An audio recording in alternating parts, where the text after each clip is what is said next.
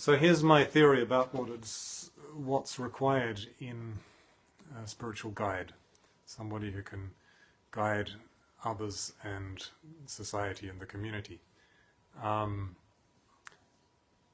think the first quality we need is mastery. So the person needs to be able to have developed their own personal experience, their experience of unity, their experience of connection to all things, their spiritual enlightenment, if you want to call it that, but enlightenment is a confusing word because people mean such different things by it.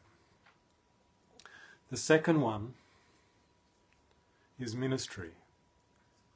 So ministry is the ability to help others and to help others deal with their issues.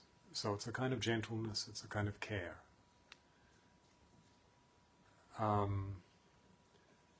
We need to be able to care for others, look after others.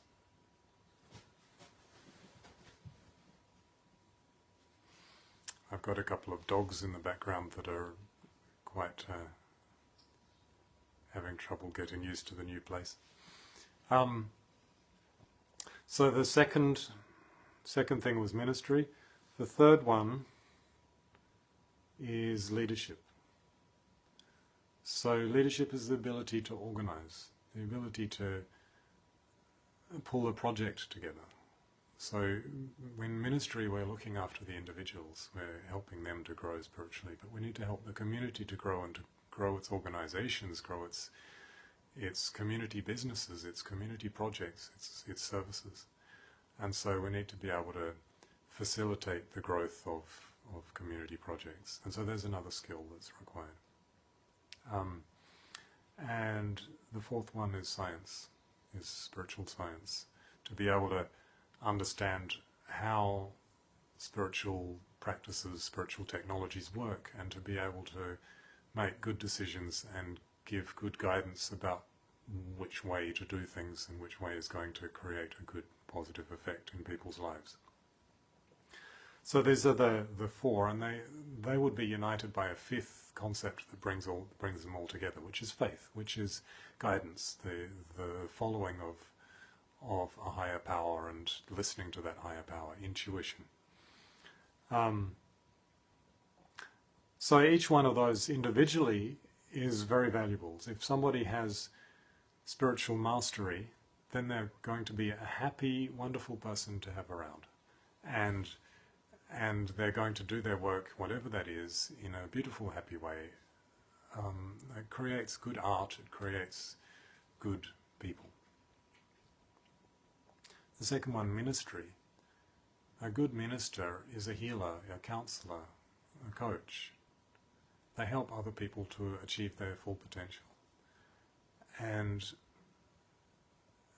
even if somebody has not fully achieved mastery themselves, they're often able to help people even beyond what they can do themselves. And so to be a healer, to be a coach, to be a counselor, this is valuable.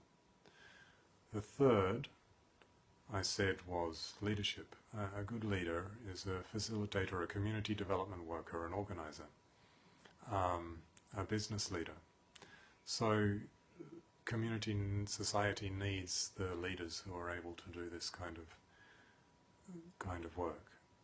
And the fourth one is the science. And so the scientist, researcher, studier, these are the people who discover new things, research new things, develop better ways of doing things, are able to guide others, teach others.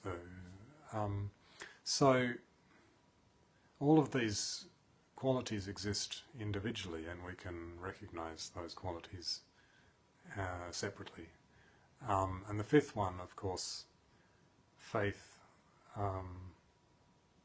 This is what leads to somebody who can live under God's guidance and do what needs to be done.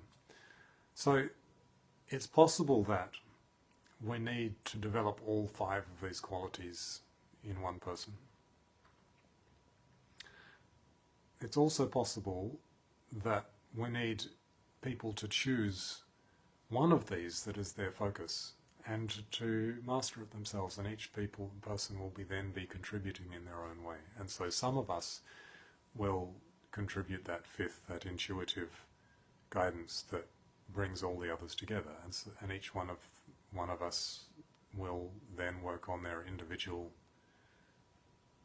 aspects that they have to contribute. But those qualities anyway, whether they're united or separate, those are the qualities that we need to develop in ourselves, to choose which ones are important to us at this point in time, and to learn and develop those so that we can make a difference and we can contribute the best that we can to the world that we have.